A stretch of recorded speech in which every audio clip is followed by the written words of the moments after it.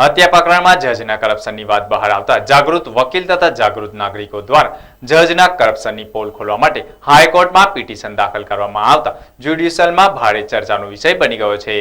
બનાવની મળતી માહિતી અનુસાર 2/7/2013માં કરોડપતિ જી ટ્રાવેલ્સના માલિક સુનિલ તાપિયાવાલાની કરપીણ હત્યા કરવામાં આવી હતી। જે હત્યારાઓએ સુનિલ તાપિયાવાલાની સોપારી તેણીની જ પત્ની હીરવાએ આપી હોવાની કબૂલાત કરી હતી। જોકે પોલીસે પુરાવા એકત્રિત કરી સોપારી આપનાર હીરવાની પણ ધરપકડ કરી હતી। જે કેસ ભરૂચની સેશન્સ કોર્ટમાં ચાલી જતા સોપારી આપનાર હીરવાએ નિર્દોષ છૂટવા માટે ભરૂચના પટેલ નામના વકીલ સાથે મળી જજ સાથે લાંચ આપવાનું સેટિંગ થયું હતું, જેમાં હીરવાએ તેના જ પતિ તેણીના નામ પર મૂકેલી કેટલીક મિલકતો વેચીને જજને મોટી રકમ ટુકડે ટુકડે જજને ચૂકવીને નિર્દોષ છૂટી હોવાના ઘટસ્ફોટ ખુદ લાંચ આપનાર હીરવાના પરિવારજનોએ જ કર્યા હતા। જે લાંચનું પ્રકરણ છેક હાઈકોર્ટની વિજિલન્સ ટીમ સુધી પહોંચતા સમગ્ર પ્રકરણને ખુલ્લું પાડવા માટે ભરૂચ ડિસ્ટ્રિક્ટ જજને તપાસ સોંપાઈ હતી। જે ડિસ્ટ્રિક્ટ જજ દ્વારા કેસના તમામ વકીલો તથા જજને લાંચ આપનાર તથા હત્યાના ફરિયાદી હાર્દિક ભટ્ટ સહિત તેના પરિવાર તથા મીડિયાના અહેવાલ પ્રસિદ્ધ કરનાર મીડિયા કર્મીઓના નિવેદનો લઈ તપાસને આગળ ધપાવી રહ્યા છે। જોકે જજ સાથે સેટિંગ કરાવનાર જે વકીલને અણવમાં જે ફ્લેટ હીરવાએ આપ્યો હતો તે ફ્લેટના દસ્તાવેજો પણ જજ દ્વારા કબજે લેવાયા હોવાની ચર્ચાઓએ ભારે જોર પકડ્યું છે। ત્યારે જજના સમગ્ર કરપ્શન પ્રકરણને ખુલ્લું પાડવા માટે ભરૂચના વકીલ ફહીમ સૈયદ દ્વારા ગુજરાત હાઈકોર્ટમાં પિટિશન દાખલ કરવામાં આવતા જ્યુડિશિયલમાં ભારે ખળભળાટ મચી જવા પામ્યો છે। તો બીજી તરફ હત્યાનો ભોગ બનેલા સુનિલ તાપિયાવાલાની વર્ષ 2013 થી 17 દરમિયાન 20 થી વધુ ફોર વ્હીલ ગાડીઓ તથા આનંદ મંગલનો બંગલો, 2 દુકાન, શ્રીજી સદનના ફ્લેટ, જંબુસરની 2 જમીનો વેચી હોય તો તે સમગ્ર રૂપિયાનો હિસાબ લેવાય તો જજના કરપ્શન કૌભાંડની પોલ ખુલી જાય તેમ હોવાનું લાંચ આપનારના ભાઈ હાર્દિક ભટ્ટ જણાવી રહ્યા છે। જજના કરપ્શન બહાર લાવવું જરૂરી છે તો જ આમ પ્રજાને ન્યાયાધીશ ઉપર વિશ્વાસ બેસશે તે વાત વકીલોમાં ચર્ચાનું કેન્દ્ર બન્યું છે। તો વડોદરા ખાતે પણ અન્ય એક જજ સામે પત્નીએ જ ત્રાસની ફરિયાદ નોંધાવતા હાલ તો જજોના ગ્રહ સારા ન હોવાનું જ્યોતિષો અનુમાન લગાવી રહ્યા છે। જજના કરપ્શનના મુદ્દે પિટિશન દાખલ કરનાર વકીલ ફહીમ સૈયદે કેટલીક માહિતી મીડિયા સમક્ષ પૂરી પાડી હતી।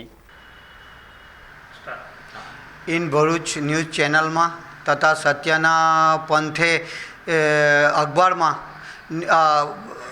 સુનિલ તાપિયાવાલા મર્ડર કેસમાં આરોપી હીરવાબેનને લાંચ લઈને એમએસ બ્રહ્મભટ્ટ જજ શ્રીએ છોડી મૂકેલા એ બાબતની નોંધ અખબારમાં લેવાયેલી અને એને પછી વકીલોના interview in Bharuch news channel તથા